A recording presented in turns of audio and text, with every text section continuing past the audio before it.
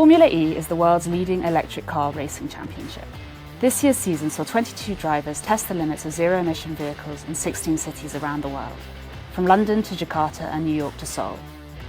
The E-Prix is helping to drive zero-emission vehicle innovation, opening up motorsports to new audiences and raising the profile of electric cars. Earlier this summer, BusinessGreen headed to the Excel Centre in East London to find out more.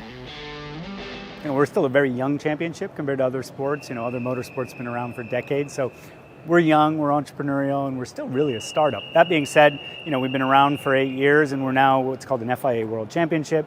We've got manufacturers like Porsche and Jaguar and Nissan and Mahindra. We race in 10, 12 cities around the world. London, here we are in the capital of the UK. So, we've come a long way in those 8 years. Professional racing has long been a testbed for automotive innovation, and Formula E is no different to its fossil fuel forebears.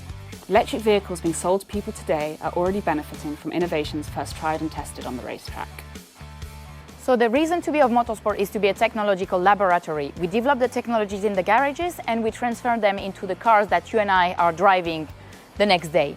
And really that's why Formula E is such an important platform, because we were really created to advance electrification on our streets. Hence why we have all these major car manufacturers that are joining, doing R&D on their cars in their garages, testing them into the toughest and the most demanding environment, which is racing, and then transferring that so that it's going to trickle down to the rest and the wider automotive industry. Now, for the first time, we see the latest generation of electric cars coming on the road with this new 800-volt standard that is directly derived from Formula E.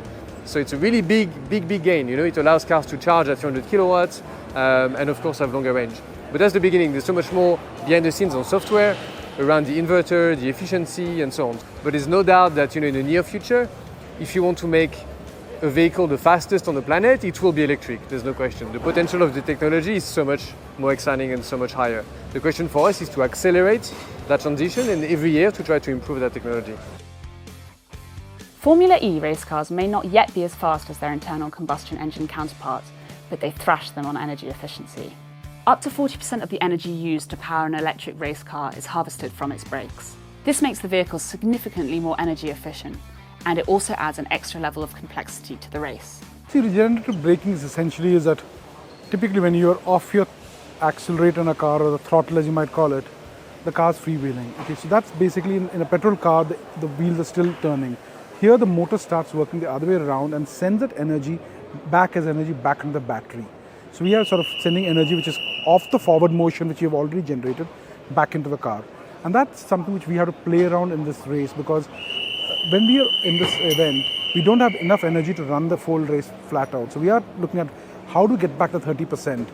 Each team chooses strategically which corner should we do more of it and less.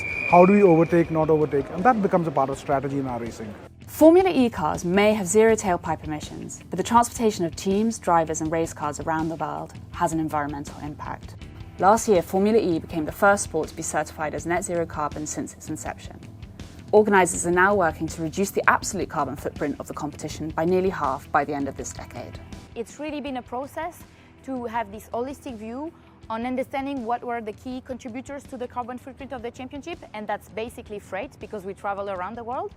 Reducing it, working hand in hand with our partners, DHL, to make sure that we have a multimodal approach, we have a geographical approach, we use biofuel for the freight, and then once we've reduced as much as we could, really working with a sensible approach for the carbon offsetting, buying the best type of carbon credits in the world. Formula E is really trying to lead by example and showcase that sustainability can be powerfully integrated at the heart of the sport, but also it can be really used as an authentic way forward for the sports industry. As the net zero transition gathers pace, Formula E is helping to raise the profile of electric vehicles to sports fans around the world. It is also drawing new audiences to motorsports.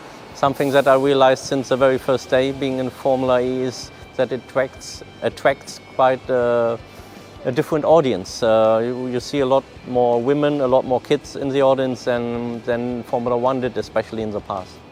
When I was starting with racing at 8 or 10 years old, obviously back then it was not so common. It's not that you didn't care, you were just not so aware of polluting the world. And I think this is a huge change now, that kids learn that from a very young age, so they naturally become a lot more interested in it. You know, there's no much point doing all of this if no one can see it.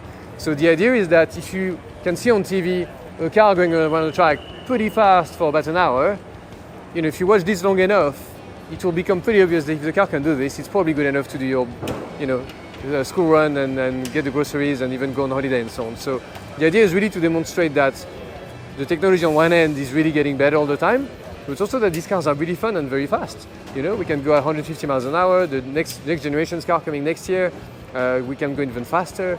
So really, there's no doubt around performance anymore. Electric cars can be insanely fast.